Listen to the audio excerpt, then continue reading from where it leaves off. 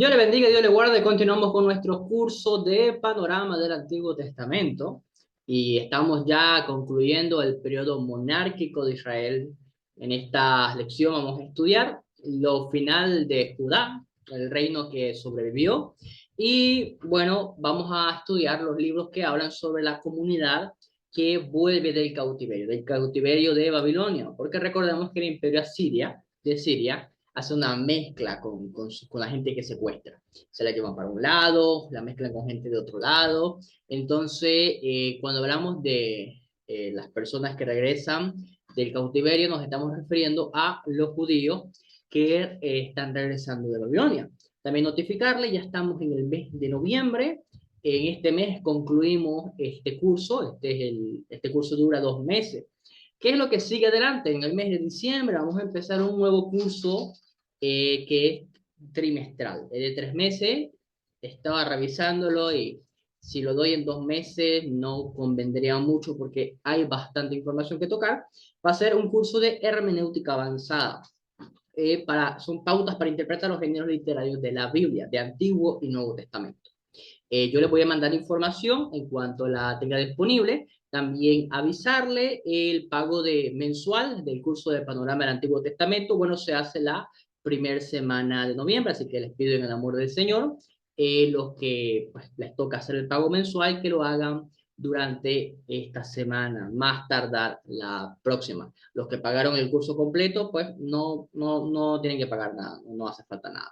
Así que bien, continuemos con nuestro curso. Lección 16.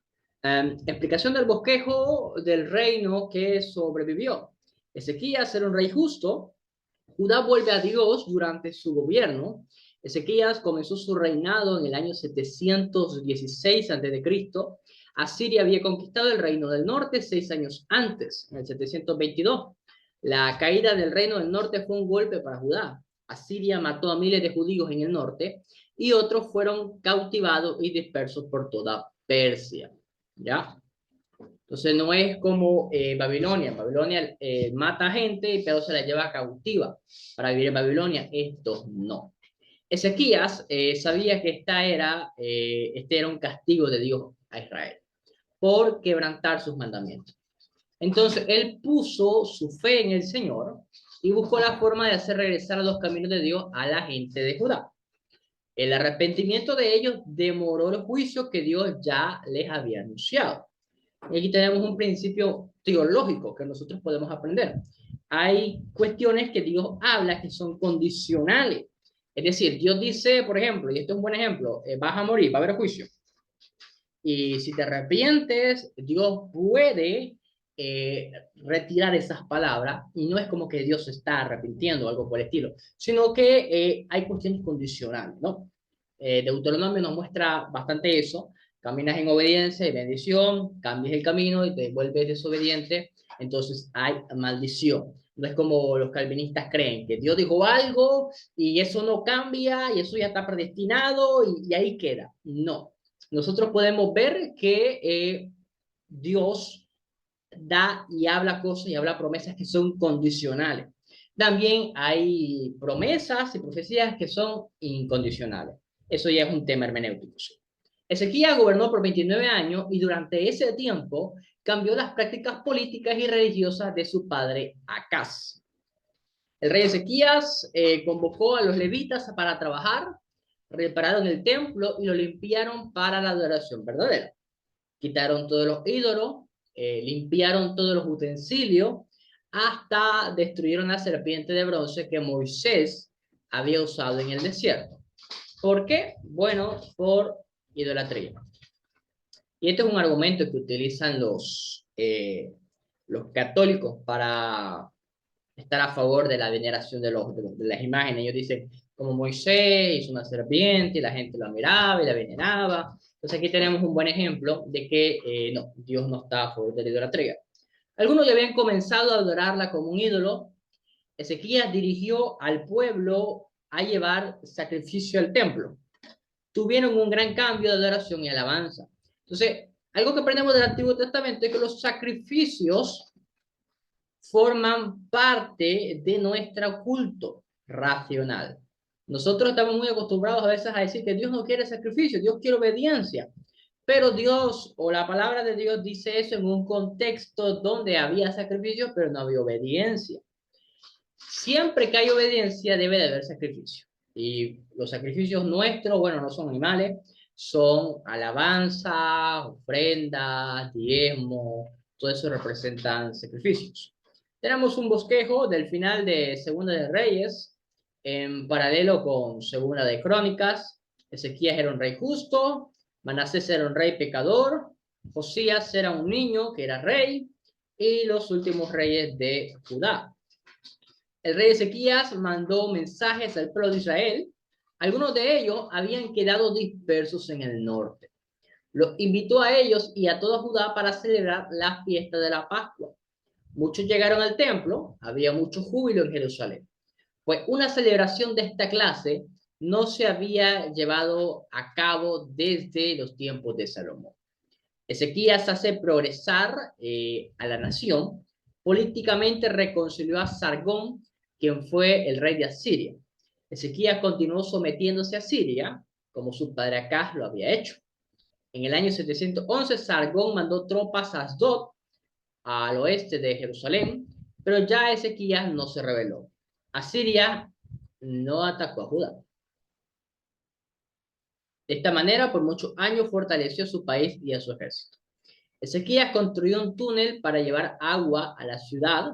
De esta manera aseguró que Jerusalén tendría suficiente agua si era atacado. El túnel conectaba el estanque de Siloé con la fuente de Gihón. El túnel fue excavado a través de 542 metros de roca. Este túnel fue descubierto en el año 1888. Hoy muchos turistas que visitan Jerusalén van a ver el túnel de Ezequías. Ezequías también extendió el muro de Jerusalén alrededor del estanque de Siloé. Recuerde que el Señor Jesucristo mandó a un hombre ciego a lavarse los ojos en este estanque. Ezequías hizo lo que estaba en sus manos para proteger la ciudad de los enemigos. Sin embargo, él también dependía del Señor. Él le dijo al pueblo, con él, o sea, con el rey Sennacherib de Asiria, está el brazo de carne, más con nosotros está el brazo de Jehová, Dios nuestro, para ayudarnos y pelear nuestras batallas. Tenemos el Ezequiel construyó el túnel para conectar con el estanque Siloé. Esto es una manera en que la arqueología confirma lo que la Biblia nos dice. Dios salva a Judá. En el año 705, Sennacherib reemplazó a Sargón como rey de Asiria. Había entonces muchas rebeliones dentro de ese reino. Permítanme un momento, voy a ampliar un poquito más la letra. Ya. En el año 701, Sennacherib marchó con su ejército a Palestina para detener las rebeliones. Su registro hacen alarde de que él conquistó 46 ciudades amuralladas. Capturó numerosas ciudades fuertes de Judá en el año 14 del rey Ezequías. También Sennacherib recolectó impuestos de Ezequías, los cuales eran plata, oro del templo. Entonces el rey de Asiria demandó que Jerusalén se rindiera. Esto lo encontramos en Segunda de Reyes 8:32 y en Isaías 36. Invasión de Sennacherib. ¿Cómo Dios salvó a Judá de Sennacherib? El profeta Isaías anunció a Ezequías a que creyera en Dios. Los líderes y el pueblo oraron a Dios, mandó un ángel que mató a 185,000 soldados y líderes en el campo asirio. Sennacherib regresó a su país avergonzado. Pronto, algunos de sus propios hijos lo mataron. Esta figura, quizás los que utilizan el software Logo lo han visto en algún momento. También aviso, si alguien no tiene el software bíblico Logos, que es lo que tenemos acá, y desea adquirirlo o quiere saber cómo adquirir una biblioteca, puede escribirme por privado y yo le puedo dar asesoramiento. Yo no trabajo para Logos, pero en mi canal de YouTube hago algunos trainings para capacitar a las personas a utilizar este software. El prisma de Sennacherib está hecho de barro y tiene 5 lados. Este registra que él conquistó 46 ciudades en Judá. Pero por supuesto no está documentado que el ángel del Señor destruyó su ejército. Otro elemento arqueológico que confirma la narrativa bíblica. Judá aumenta su fuerza. Ezequías se enfermó cuando Sennacherib amenazó Jerusalén. El profeta Isaías le dijo que moriría, pero Ezequías volteó su cara a la pared y oró. Inmediatamente Dios le contestó su oración. El Espíritu le dijo a Isaías que regresara y le dijera al rey las buenas noticias. El Señor prometió añadir 15 años más a su vida y defender la ciudad de Asiria. Tomó un tiempo para leer este milagro, Segunda de Reyes, capítulo 20, del 1 al 11, y Isaías 38. Muchos supieron cómo Dios salvó al rey Ezequías y defendió a Judá de Asiria. Le llevaron al rey regalos costosos hasta que el rey de Babilonia le mandó a Ezequías regalos y cartas de ánimo. Ezequías le dio la bienvenida a estos mensajeros babilonios, les mostró todo lo que había en su reino. El rey les mostró hasta las riquezas de su depósito. Isaías profetizó que un día Babilonia se llevaría todas las riquezas de Ezequías.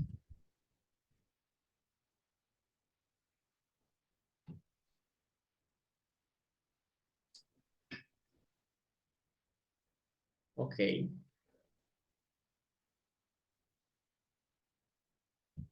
un dato bien importante. Muchos reyes murieron en vergüenza, pero el pueblo de Judá honró a Ezequías cuando murió en el año 686. Él los dirigió a grandes cambios y los hizo regresar a Dios. Aún proveyó liderazgo religioso para mucha gente de la tribu del norte. Ahora, tenemos a Manasés, y según los registros bíblicos, es el peor rey que ha reinado, mucho peor que Acab. Aunque algunos dicen que Acab fue el peor rey, la verdad que yo creo que fue Manasés. Manasés, hijo de Ezequías, note en cuenta que su padre fue un buen rey, no fue un mal rey. Comenzó a gobernar con su padre en el año 696. Ezequías murió 10 años después, en el año 686. Manasés continuó gobernando por 45 años aproximadamente. Manasés llevó nuevamente a la oscuridad espiritual a Judá.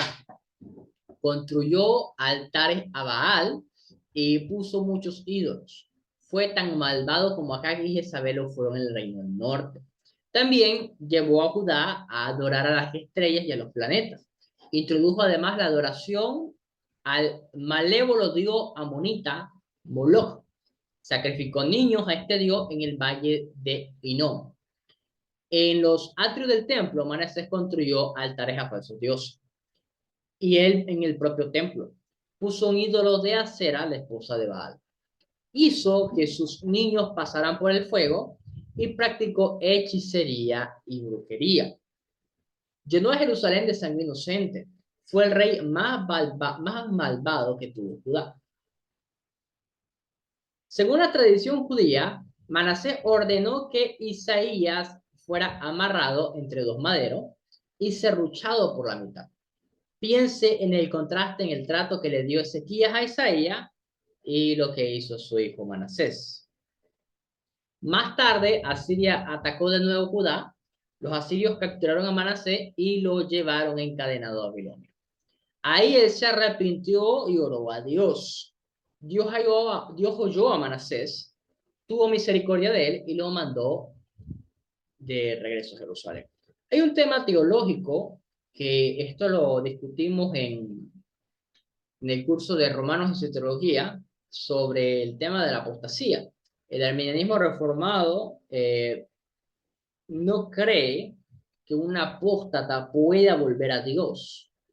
El calvinismo clásico no cree en la cree en la perseverancia de los santos. Una persona que ha llegado verdaderamente al Señor no puede apartarse. Y si se aparta es porque nunca se convirtió. El arminianismo wesleyano cree en la apostasía reversible. Yo, aunque me considero arminiano reformado en ese sentido, no estoy de acuerdo con el arminianismo reformado. ¿Por qué? Bueno, específicamente por Manasés. Manasés fue una persona que apostató de la fe, llevó a todos a la apostasía, y él es perdonado, se arrepiente de sus pecados y vuelve al Señor. Entonces Manasés quitó los ídolos y sus altares del templo, reconstruyó el altar del Señor. Manasés ordenó que todo el pueblo sirviera al Señor. La sorpresa más grande para Isaías en el cielo quizás se ve ver a Manasés allí. Este rey es un gran ejemplo de la misericordia de Dios. Su vida nos enseña que Dios perdona a cualquiera que se arrepiente, hasta el peor pecador. Tenga en cuenta que solo Crónicas nos cuenta el arrepentimiento de Manasés.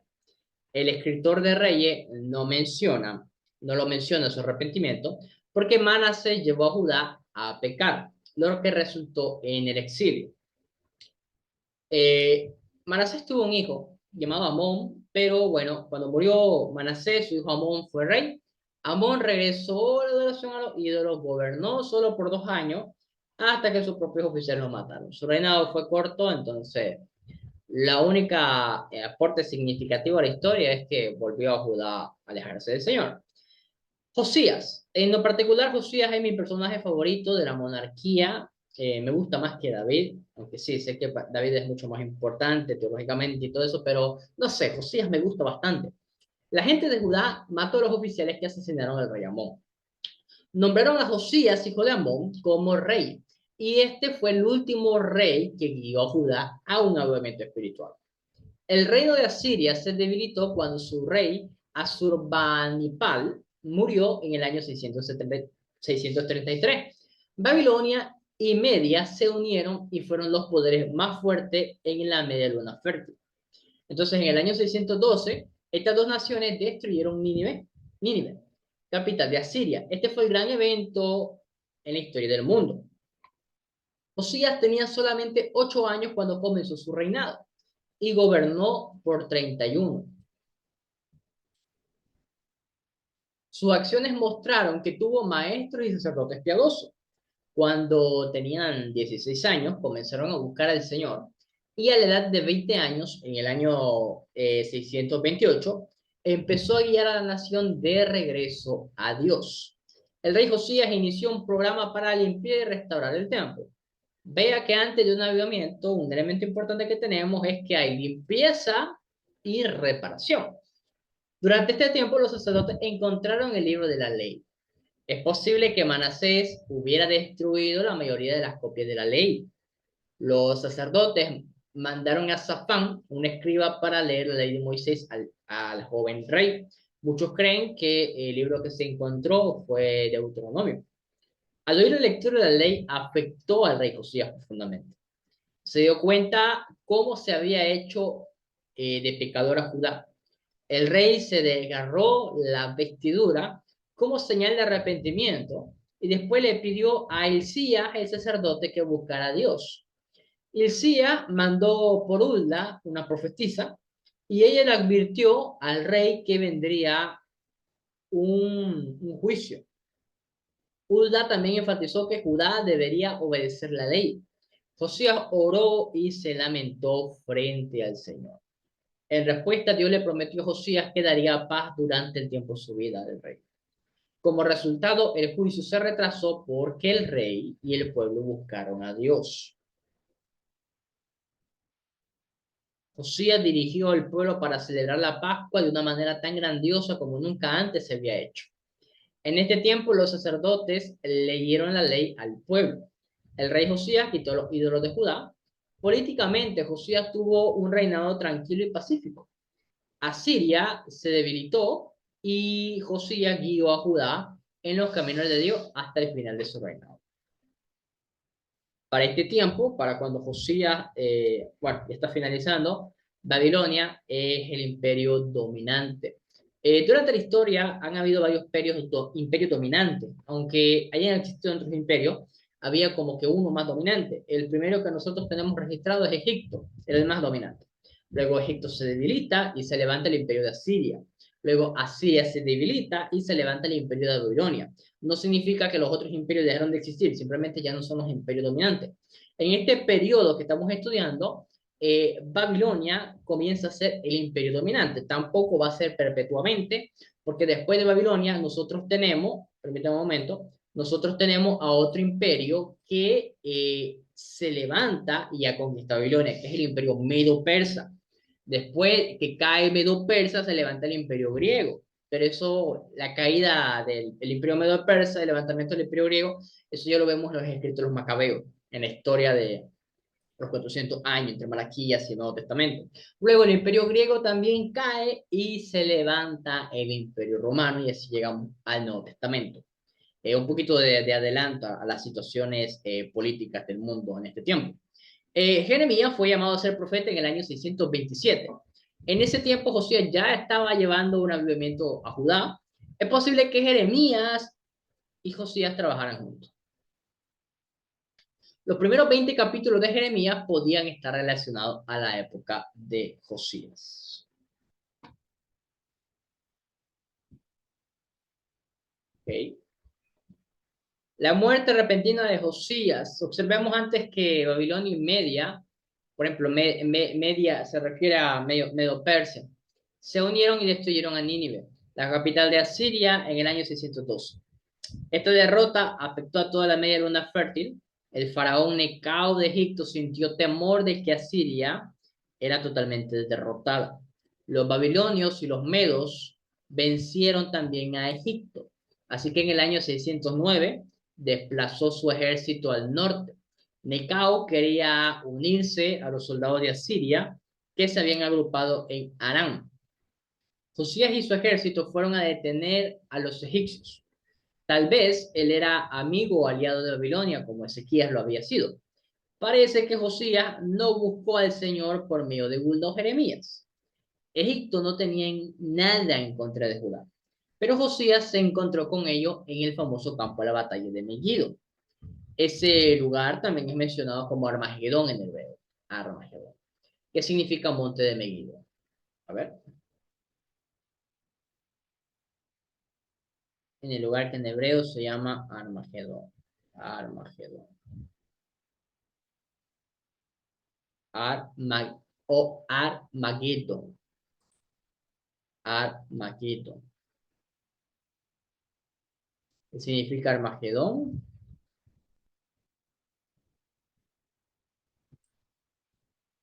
Vamos a ver.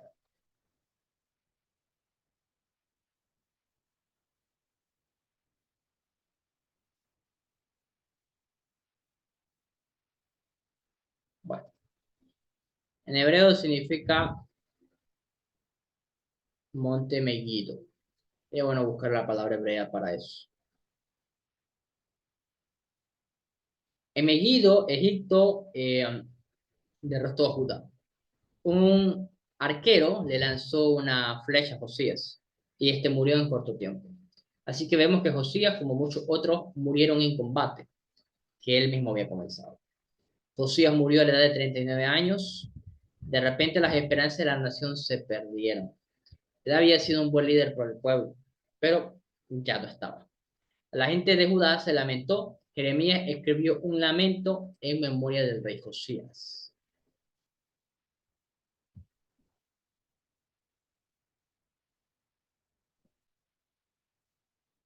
Mientras tanto, el faraón Necao marchó hacia el norte, en Carquemis, en el año 609. Peleó contra los babilonios. La batalla dilató la expansión de Babilonia por más o menos 4 años.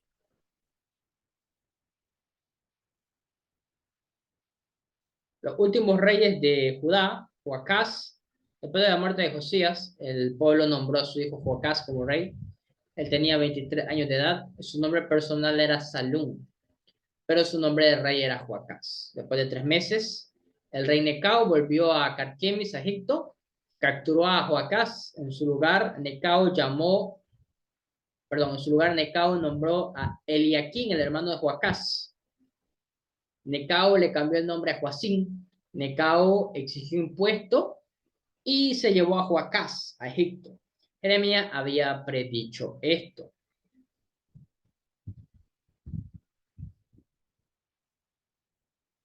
Ya.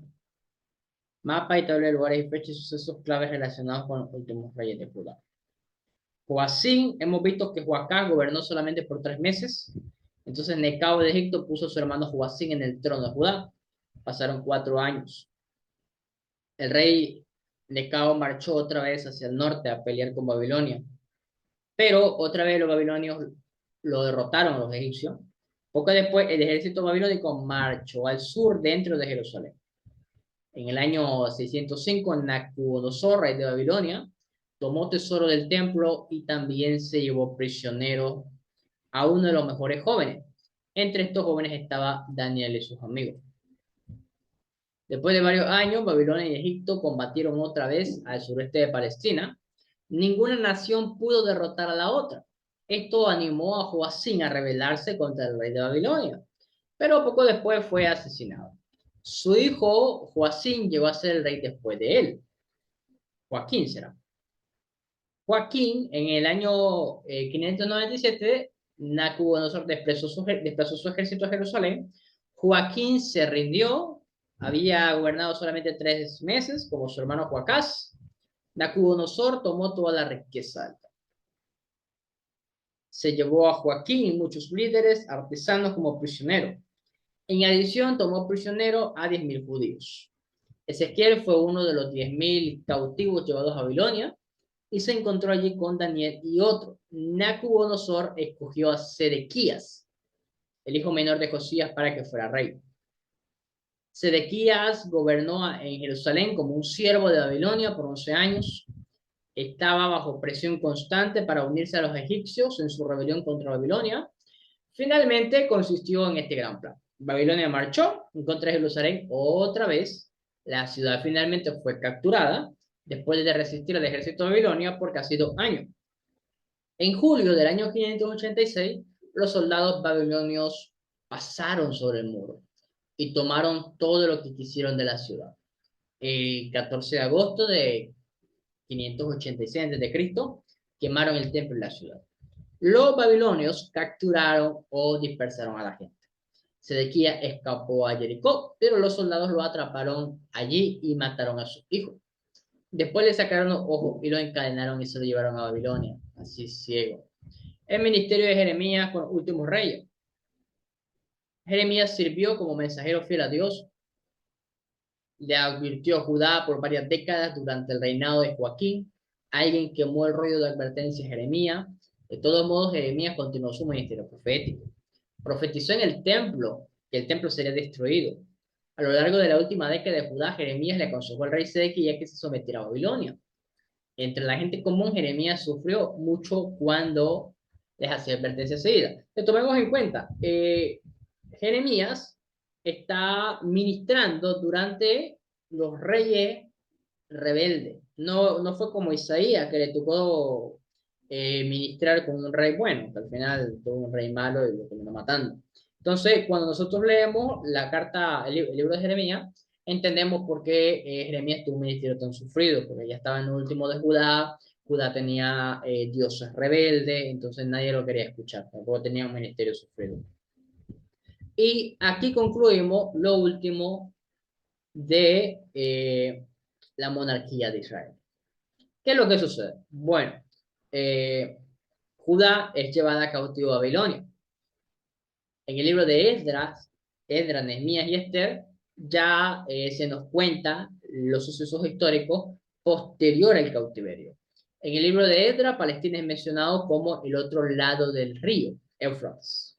Hay que tener en cuenta que esta perspectiva es mirando hacia Jerusalén desde Babilonia, desde acá hasta acá.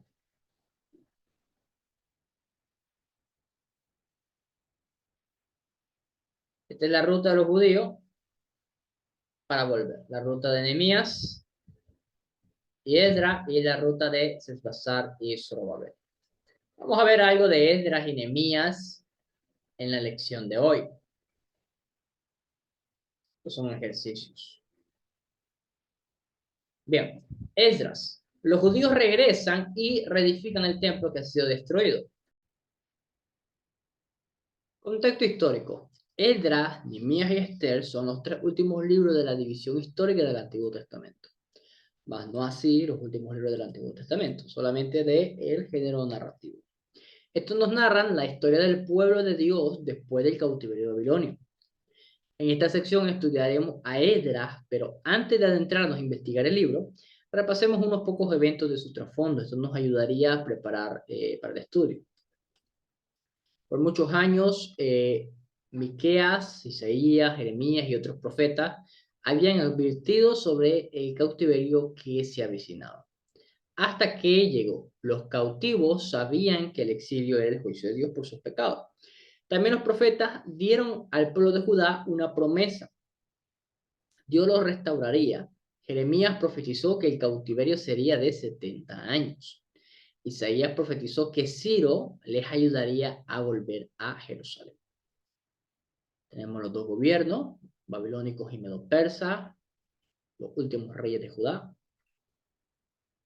los profetas que ministraron durante este periodo. Ezequiel ministró entre los cautivos, dándoles mensajes de esperanza y consuelo. Recuerde que Ezequiel estuvo entre los 10.000 cautivos llevados a Babilonia en el año 597. Después fueron llevados a Babilonia 1.000 de judíos más. La Biblia no dice mucho sobre los primeros 50 años del cautiverio. Observe que del tiempo de la primera cautividad, en el año 625, al primer regreso en el año 538, transcurrieron aproximadamente 67 años. El Dios de misericordia acortó el tiempo a unos 3 años. Según la tradición, Esdras fue el autor de Primera y Segunda de Crónicas. Esdras y Nehemías. Probablemente escribió el libro de Esdras en el año 440 a.C. Los pasajes que comienzan en primera persona, como los de Nehemías 1 al 7, pueden mostrar que Esdras incluyó algunas escrituras de Nehemías. ¿Okay? En las escrituras hebreas, primera y segunda de Crónicas era originalmente un solo libro. También Esdras y Nehemías eran un solo libro, llamado Esdras. Hoy algunas Biblias todavía se refieren a Esdras y Nehemías como primera y segunda de Esdras. No sé si la Biblia católica hace eso. A ver, latinoamericana. Creo que no. Vamos a ver. No. Creo que debe de ser alguna versión del Antiguo Testamento. Esdras era un sacerdote y un escriba. Como escriba no solamente copiaba la ley, sino que la estudiaba y la enseñaba. La tradición le da crédito por organizar todos los libros del Antiguo Testamento en una lista o canon. La tradición también dice que él planificó la forma de adoración en las sinagogas y comenzó la gran sinagoga en Jerusalén. Esdras era un líder piadoso. Tanto Esdras como Nehemías, como crónicas, contienen varias listas. También es útil notar que Esdras contiene 7 cartas oficiales. En la figura 6.5 o 6.6 se hace un resumen de estas. Cierto el templo, los judíos que los Babilonia, genealogía de Esdras, jefes, judíos, sacerdotes, levitas. 7 documentos o cartas oficiales de Esdras. El decreto de Ciro, la acusación de Rehum contra los judíos, la respuesta del rey Artajerjes, el informe de Tatnai, la carta sobre el decreto de Ciro y la respuesta de Darío a Tatnai, permiso de Artajerjes a Esdras. El libro de Esdras muestra que Dios era fiel a su promesa. Él restauró un remanente de judíos desde Babilonia a Jerusalén. Dios dirigió el corazón de 3 reyes, Ciro, Artajerjes y Artajerjes I y Darío, para ayudar a los judíos a volver a reedificar el templo. En este tiempo, el imperio que gobernaba era el imperio medo-persa. Ya los babilonios ya habían sido derrotados. Para ayudar a los judíos a volver a reedificar. También el Señor proveyó líderes judíos buenos, tales como Esdras, Jesúa, Zorobabel y Nehemías. Esdras muestra que Dios usó varios líderes para cumplir su voluntad y su promesa. El idioma arameo, en primer lugar, la mayoría de los judíos no entendían los idiomas extranjeros. El arameo era el idioma de Aram, de Siria. para el siglo IX a.C., Babilonia y otras naciones lo usaban para el comercio y la política, así como el Swahili, es el idioma comercial de África Oriental. El arameo una vez fue el idioma comercial del Medio Oriente.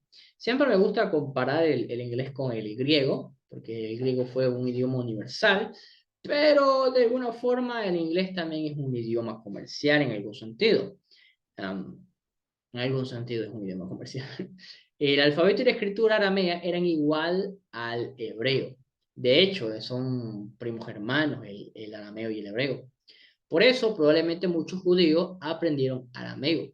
Y este llegó a ser el idioma oficial de los medos y persas, quienes conquistaron a Babilonia. Para el tiempo de Cristo, el arameo era un idioma común. Jesús probablemente expuso en arameo la mayoría de sus enseñanzas. Incluso Marcos, si no me equivoco, tiene varias palabras en arameo. A ver, vamos a buscar algo. Permítame un momento. A ver. Elí, Elí. Vamos a ver. Este del Nuevo Testamento. Si no me equivoco, Elí, Elí, lama sabactani. Sabactani es, perdón, Biblia. Arameo, si no me equivoco. Elí, Elí. Ahí está. Elí, Elí, lema sabactani. Ya, obviamente en el manuscrito está en griego, porque no se mete en griego, pero a ver. Alrededor de una novena, Jesús clamó, la sabactani, esto de Dios mío, ¿por qué me has abandonado?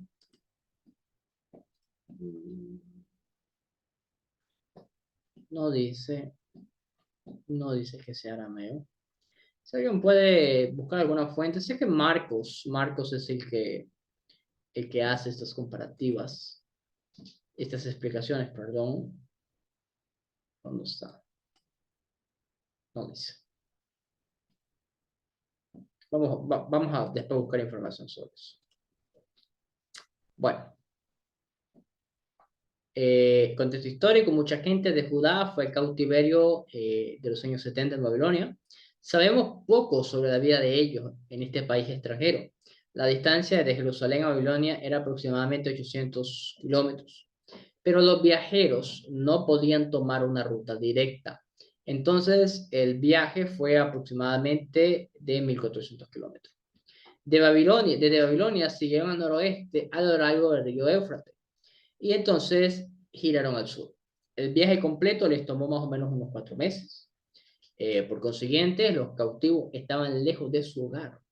Numerosos miembros de familias judías habían sido muertos o esparcidos, sus casas y el templo quemados. La vida de cautivos era penosa. Los libros de Esdras, Esther, Nehemías son libros históricos. Encontramos historia. Describen la vida judía desde el regreso a Jerusalén hasta fines del Antiguo Testamento. La figura 6.9 le ayuda a comprender la relación histórica de estos tres libros. Note que hay un espacio de unos 60 años entre Esdras 6 y Esdras 7. Esther fue una reina durante el imperio del gobierno de Persia. 3 etapas de cautiverio, 3 etapas de regreso. Yo les voy a mandar 2 documentos como lecturas colaterales de estas lecciones sobre el imperio Babilonia y el imperio persa, para que puedan estar un poquito más empapados del contexto. El primer grupo regresa de Babilonia, Dios levanta una nación y deja caer a otra. Ciro, el rey de Persia, conquistó Babilonia. Recuerde que Daniel había profetizado ya la caída de Babilonia. Belsasar, el hijo de Nabucodonosor, no era humilde. En una fiesta vio la mano de Dios escribiendo sobre una pared. Daniel interpretó esa escritura que hablaba del juicio que vendría sobre el rey. Esa noche, Darío, el Medo, llegó a ser el rey de Babilonia. Darío puede ser otro nombre para Ciro también, o un líder que Ciro puso sobre Babilonia. Tenemos un pequeño bosquejo sobre el libro de Esdras. Dios guió el corazón de los líderes para cumplir su voluntad. Proverbios 21:1 nos recuerda que el corazón del rey es como el agua en la mano del Señor. Él lo dirige como desea. Dios dirigió a Ciro en el año 538, les permitió a los judíos volver a Jerusalén. Recuerda que Jeremías profetizó que el cautiverio terminaría después de 70 años. Asimismo, 160 años antes de que Ciro apareciera, Isaías profetizó que un rey llamado Ciro les permitiría a los judíos volver a reedificar Jerusalén y el templo. Fíjense que Isaías profetizó eso antes de que Ciro naciera y antes de que Judá saliera en el cautiverio. Dios conoce el futuro. Esdras registra las palabras de Ciro, lea Esdras 4. Este decreto de Ciro era extraño para esos tiempos. Asiria había esparcido a los cautivos y Babilonia los oprimió, pero Dios conmovió el corazón de Ciro para ayudar a los cautivos a volver a su patria. A Ciro y los persas impusieron métodos nuevos en el imperio. Unos 50.000 judíos se prepararon para salir de Babilonia. Ciro le dio algunos de los tesoros que Nabucodonosor había tomado del templo. Ellos hicieron un viaje de 1440 kilómetros de regreso a Jerusalén. Zorobabel era el más distinguido entre 11 líderes. Era nieto del rey Joaquín, un descendiente de David de la tribu de Judá. Zorobabel fue también un pariente de Jesús. Dirigió la reedificación del templo. Josué, el sumo sacerdote, dirigió asuntos religiosos. Fechas importantes relacionadas con Esdras, Esther, Nehemías, Ageo y Zacarías. Ok, esto sirve en paralelo con los libros proféticos de Malaquías y todos estos Nehemías. Varios eventos importantes. Como modo de resumen.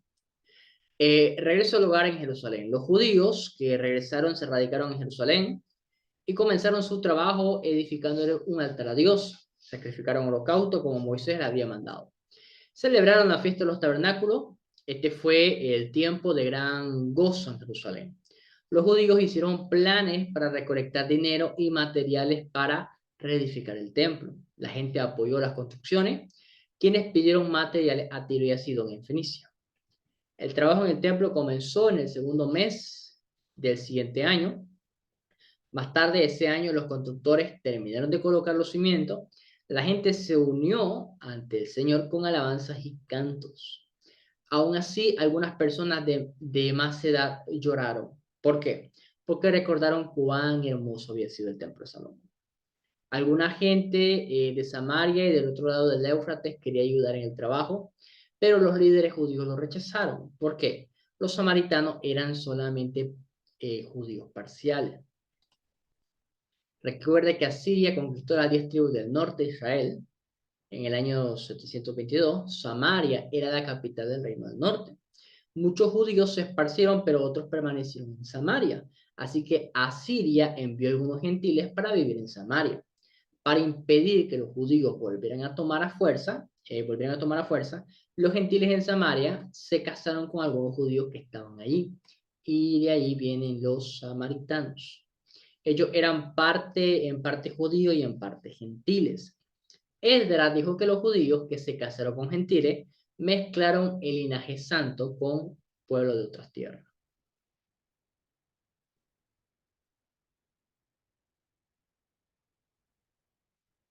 Sí, los judíos estaban resentidos con los samaritanos porque estos habían quebrantado la ley de Dios.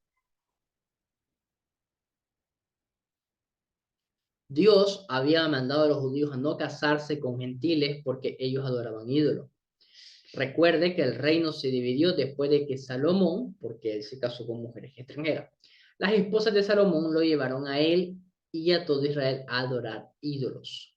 Así que los líderes judíos se rehusaron a permitir que los samaritanos ayudaran a la reedificación del templo, por esta razón. Y la verdad que es un tema muy interesante. Observe que el problema del matrimonio mixto era religioso y no racial.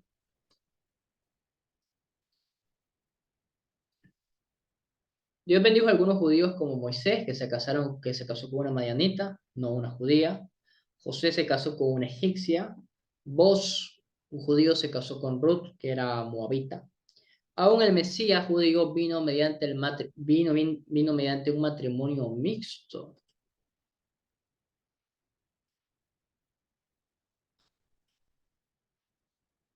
Un matrimonio mixto. Ok. ¿Cómo es esto? Y como veremos pronto, Esther era una mujer judía. Am, a ver, María, ¿en qué sentido sería matrimonio mixto? Porque yo que recuerdo María y José eran judíos los dos. Vamos a investigar esto. Durante los días de Esdras y Nehemías se presentó una gran interrogante en Israel. ¿Cómo podían pocos judíos conquistados mantener el pueblo de Dios en el enorme reino de Persia? Los asirios y los babilónicos y los persas creían en muchos dioses. Ellos eran politeístas. Practicaban el sincretismo, que es una mezcla, es mezclar, perdón, diferentes ideas, en este caso religiones. Esta gente que enseñaba que había muchos caminos al cielo, creían que el Dios de los judíos es solamente uno de tantos dioses. Había gran peligro si los judíos se casaban con gente gentil. Bueno, ya sabemos por qué estaba prohibido el matrimonio con gente extranjera, por el tema de la religión. El pueblo de Samaria se enojó por dos razones. Primero, porque no se les permitió ayudar en la construcción del templo. Y segundo, porque los judíos desaprobaron los matrimonios mixtos, o sea, se sintieron, aunque mire, aunque el tema no era algo racial, se sintieron discriminados de alguna manera. Note que hubo matrimonios entre judíos y gentiles en Samaria desde el 722. Cuando Esdras escribe en el año 440, había matrimonios mixtos durante más de 200 años. Los resentimientos entre los judíos y los samaritanos no eran nada nuevo en los días de Esdras. Como resultado, los samaritanos impidieron el trabajo de los judíos sobre el templo por unos 16 años. Esdras se refirió a la gente de Samaria como enemigos. Por causa de ello, la reedificación del templo se demoró 25 años. Esdras escribe en el capítulo 4, versículo 1 al 5, sobre la manera en que los samaritanos y otros se pusieron a la reedificación del templo.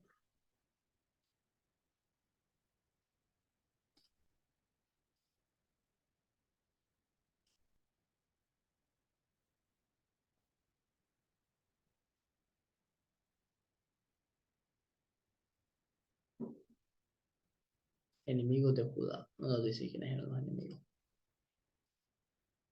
Bueno, pero sí, parece que eran los samaritanos.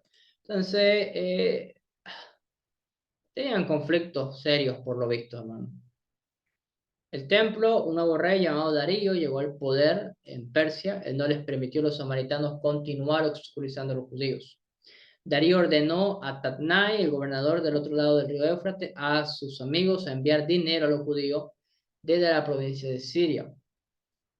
Los profetas Ageo y Zacarías urgieron a la gente, perdón, a terminar el templo.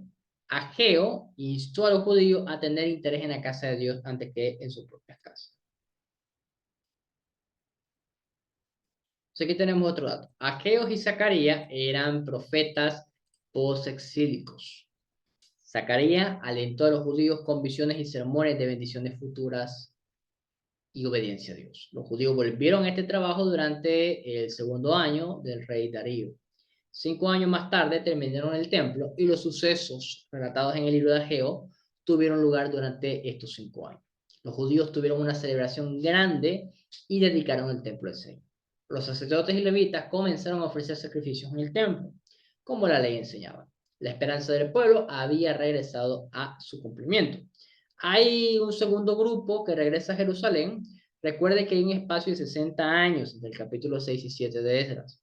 Esther fue reina durante algunos de estos años. Los últimos 4 capítulos de Esdras hablan de su trabajo. Esdras era un escriba que conocía bien la ley de Moisés. El rey persa Artajerjes envió a Esdras a guiar a otro grupo que había regresado a Judá. Recuerda que los judíos volvieron a Jerusalén en 3 etapas. ¿Quién guió el regreso del primer grupo de 50.000? El segundo grupo fue dirigido por Esdras. Esdras y la gente se preparó para el largo viaje. Tanto judíos como gentiles le dieron ofrenda a los que iban a regresar a Jerusalén, a los que iban a regresar, perdón. Algunos de los judíos decidieron permanecer en Babilonia, pero ellos les ayudaron a que volvieran. El rey Artajerjes le dio dinero a los judíos para el viaje. También les devolvió los tesoros que Babilonia había tomado. Aquí hay un planteamiento. ¿Por qué los persas están teniendo tanta bondad por los judíos? Bien, voy a mandar dos lecturas, una sobre Babilonia y otra sobre Persia. Y quizás en esa lectura nos den información sobre por qué el imperio persa está siendo tan bondadoso con los judíos. Sí, sé que había gente judía como Esdras y Nehemías que trabajaban para los persas. Entonces pudo ser un caso como Daniel, tener dado un buen servicio al imperio, entonces esto mueve el corazón de los reyes. Y obviamente la Biblia nos está diciendo que todo esto es un mover de Dios, y está bien, eso es en primera instancia, pero en segundo plano, sería bueno abundar un poquito más eso. El rey envió una carta a los gobernadores de los lugares por donde iban a pasar durante el viaje y ordenó que les ayudaran a Edra. El rey no quería que el Dios de Judá estuviera enojado con él. Ok, tenemos una otra razón. El rey Atarjerjes fue de gran ayuda. Envió los tesoros del templo y una carta, pero él no ofreció enviar guardias con los exiliados. Los judíos estaban llevando tesoros en el viaje, pero Esdras no quiso pedirle al rey protección del ejército. Lea Esdras 8:22 al 24. Después de orar y ayunar, Esdras y los miles que estaban con él emprendieron un viaje. Dios estuvo con ellos y unos 4 meses más tarde llegaron a Jerusalén. Entonces descansaron por 3 días. Hay una reforma. Cuando Esdras llegó a Jerusalén, quedó escandalizado por lo que vio. Muchos de los judíos, aún algunos líderes, no estaban siendo fieles a Dios. Ellos se habían casado y estaban comenzando a adorar ídolos. Asimismo, los judíos habían dado a sus hijas hombres paganos. Entonces, ¿cuál es un problema con las relaciones mixtas acá? Que casarse, y es algo actual, es algo moderno también, pero casarse con una persona implica compartir con esa persona la religión.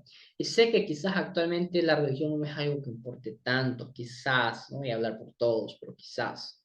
Pero en estos tiempos, casarse era compartir religión. Entonces, si tú eras monoteísta y te casabas con una politeísta, pues uno de los dos te va a jalar. Esdras estaba muy angustiado por este pecado y enseguida comenzó a corregir estas maldades sociales. Llamó al pueblo a reunirse en la plaza del templo y se enfrentó a ellos. Como su pecado por 3 meses, los líderes deliberaron acerca de los culpables, ofrecieron holocaustos, se repitieron ante Dios. Todos los culpables se divorciaron de sus esposas extranjeras y las despidieron junto con sus hijos. Eh, este dato está interesante porque, bueno, usted sabe que no estamos a favor del divorcio, pero es un dato interesante. Así la nación de Israel llegó a ser santo otra vez. Estas eran decisiones severas. Fue doloroso para Esdras apartar a los judíos de los ídolos y del camino que les llevó a Babilonia. Pero él no quería que llevaran nuevamente a la cautividad. Lección 18. Nehemías. Los judíos regresan y reconstruyen los muros. Esta vamos a continuarla a partir del día viernes en adelante. Vamos a continuar el tema de la reconstrucción y las personas que están regresando después del exilio. Amén. Así que le voy a mandar el material en PDF y nos estamos viendo el día viernes a las 8 de la noche. Dios le bendiga y Dios le guarde. Bendiciones.